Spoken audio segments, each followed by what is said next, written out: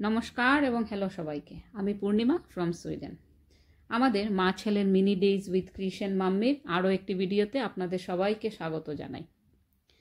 আজকের দিনটা আমাদের সবার কাছে অনেকটাই স্পেশাল।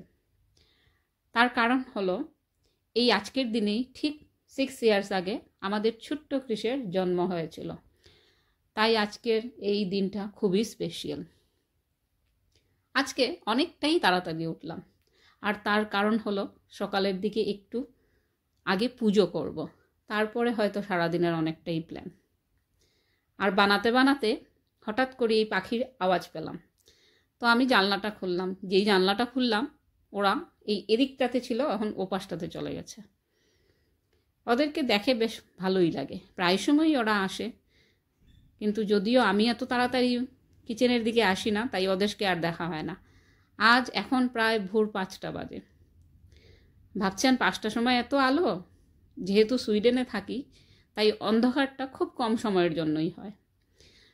সানসেট হতে হতে মোটামুটি 10টা, 10:30টার কাছাকাছি, আবার 3টা 20 বা 25-এর দিকে কিন্তু আলো হয়ে যায়।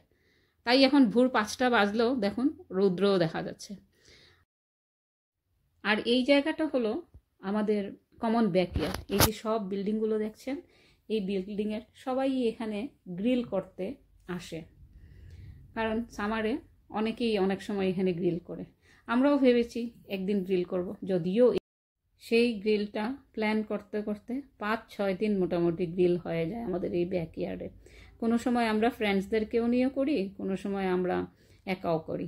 আর মজা কি জানেন, ওই দিক দিয়ে আবার রাস্তা দিয়ে প্রপার রোড আছে যাওয়ার, ওদিকে আর যেতে লাগে না, এই জানলা দিয়েই টুক করে আমরা চলে যেতে পারি। যাই, পাখি দেখতে দেখতে গোলাপ জামুনের জন্য যে শিরাটা লাগে, চিনির শিরাটা, সেটাও রেডি হয়ে গেছে। ওই গোলাপ জামুনগুলো এখন চিনির শিরার মধ্যে দেই, তারপরে কিছুক্ষণ ভিজিয়ে রাখবো, তারপরে আর কি পুজো করব। আগে গোলাপ জামুন খেতে কৃষক খুব ভালোবাসে, তাই একটু বানানো। ভাবলাম আমার পুজোও দেওয়া হয়ে যাবে আর কৃষক খেয়ে নেবে। সত্যি ভাবলে কি আশ্চর্য লাগে, সময় চলে যায় অনেকটাই তাড়াতাড়ি। আমার কাছে লাগে সেই দিনই তো ছোট্ট ছিল, সেই আমাদের আঙ্গুল ধরে ধরে বেরোতো, হাঁটতে গেলেও আঙ্গুল ধরে ধরে এদিকে যাও ওদিকে যাও, যখন হাঁটা শিখলো। আর আজ 6 ইয়ার্সের হয়ে গেল।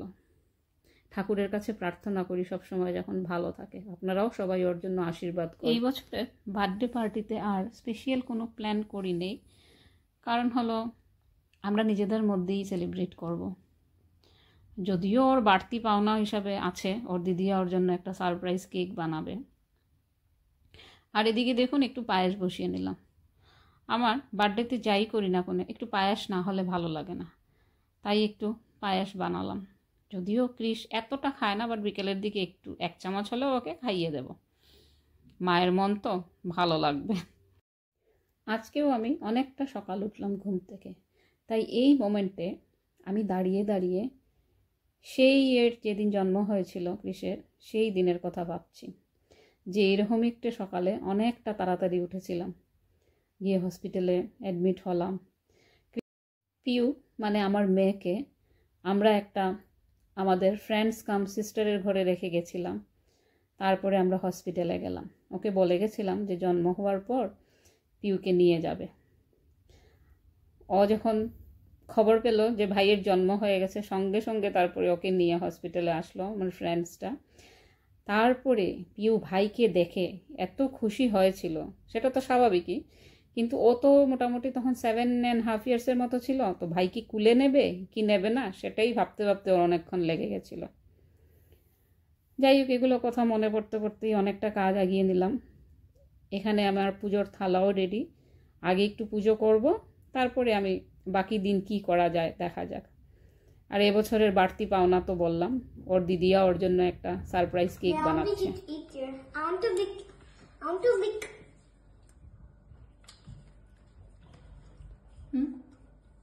ভালো আছে কেকটা? Was my surprise nice? And the cake here, but happy birthday to you.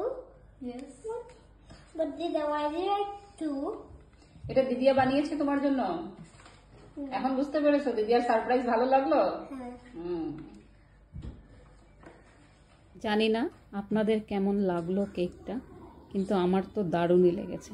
দেখো মনে হচ্ছে না কোনো কেক শপ থেকে নিয়ে এসেছি, কিন্তু না, এটা পিউ পুরো নিজের আইডিয়াতে নিজের ভাইয়ের জন্য বানালো।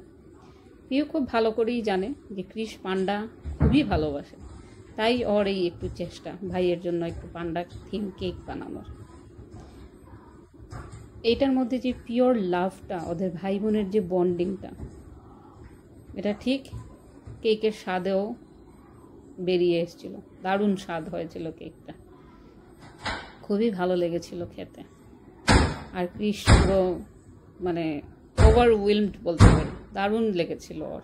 ও তো এত খুশি, ওর আগের আওয়াজটা শুনলে হয়তো বুঝতেই পারবেন যে ও কতটা খুশি হয়েছিল। হ্যাপি বার্থডেতে দিওয়ালি হচ্ছে। হ্যাঁ, হ্যাপি বার্থডেতে দিওয়ালি।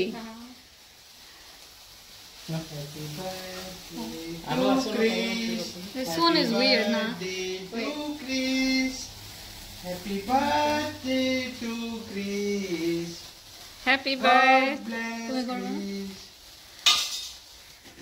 আরেকটা আছে। দিদিয়া, তোমার বানানো কেকটা খুব সুন্দর হয়েছে। Dollar store থেকে।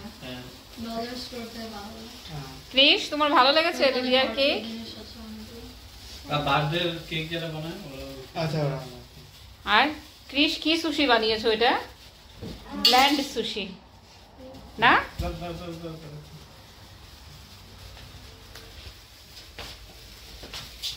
এটা দেখো। আমি একটা ফুড করে দিই। এখন আমি জ্বালাবো। দাঁড়াও, পাপা আসুক তারপরে। কিছু বলবে নাকি? কিছু ফ্যান ধরতে বললা না? হ্যাঁ, পান্ডা সবকিছু হোয়াইট আর ব্ল্যাক। সবকিছু হোয়াইট আর ব্ল্যাক। পান্ডা।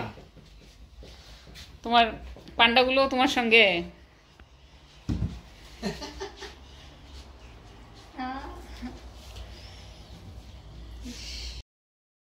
সত্যি পান্ডা যে ওর কি পছন্দ, বাপরে বাপ, ওকে না দেখলে বুঝতাম না।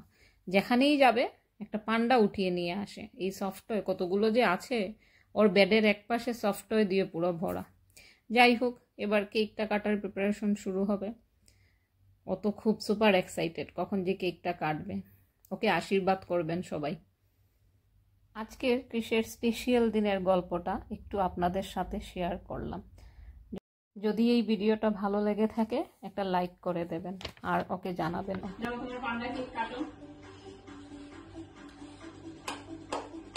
Happy birthday to you. Happy birthday to you. Happy birthday. Happy birthday, dear Chris.